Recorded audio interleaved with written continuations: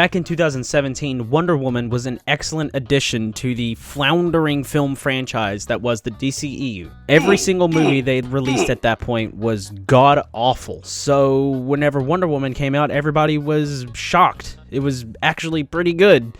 Nothing special, really, and it didn't excel in any way, but it was everything that it needed to be for the franchise. Which is why it's so shocking how bad Wonder Woman 1984 is. And everything will be different.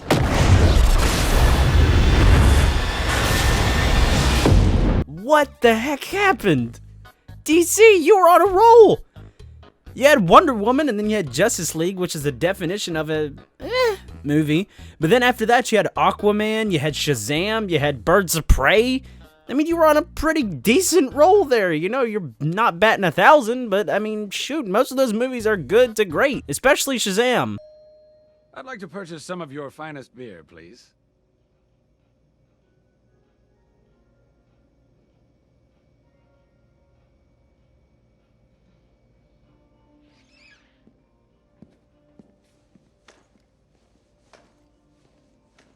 This movie is so off the mark that it's hard to believe that the same producers and people behind the movies I mentioned previously were behind this one too. It does everything far worse than the first one in every single way. The acting isn't as good, the action is nowhere near as good.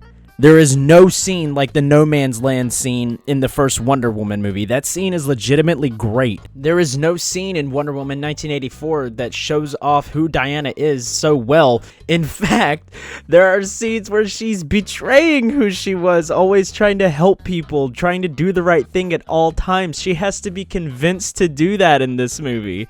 It makes no sense. The writing and dialogue specifically in this film are both just atrocious, especially the dialogue. It genuinely reminded me of the Halle Berry Catwoman movie. Like, that's how bad it is in this.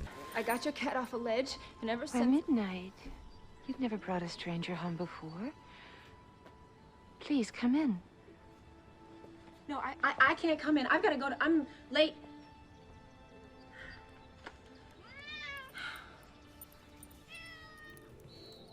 It's so simple.